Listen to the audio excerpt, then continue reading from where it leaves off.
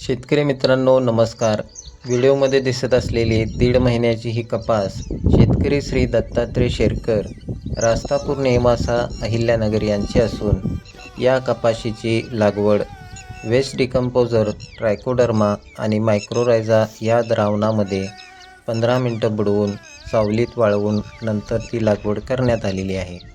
लागवड 100% उगवून आलेली असून मित्रांनो आपण पाहू शकता या कपाशीमध्ये कुठेही आपणास रोग किडीचा प्रादुर्भाव दिसून येत नाही.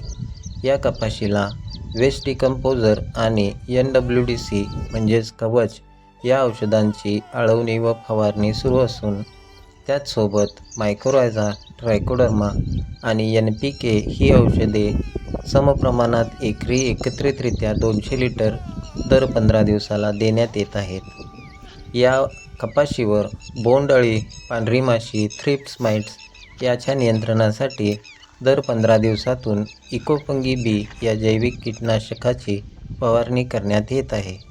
तरी आपणही आपल्या कपास, अद्रक, हळद, तूर, सोयाबीन या सर्व पिकांसाठी डॉक्टर कृष्णचंद्र यांची सर्व औषधे वापरावीत व कमी खर्चात उत्कृष्ट उत्पादन घ्यावे ही विनंती. धन्यवाद शेतकरी मित्रांनो.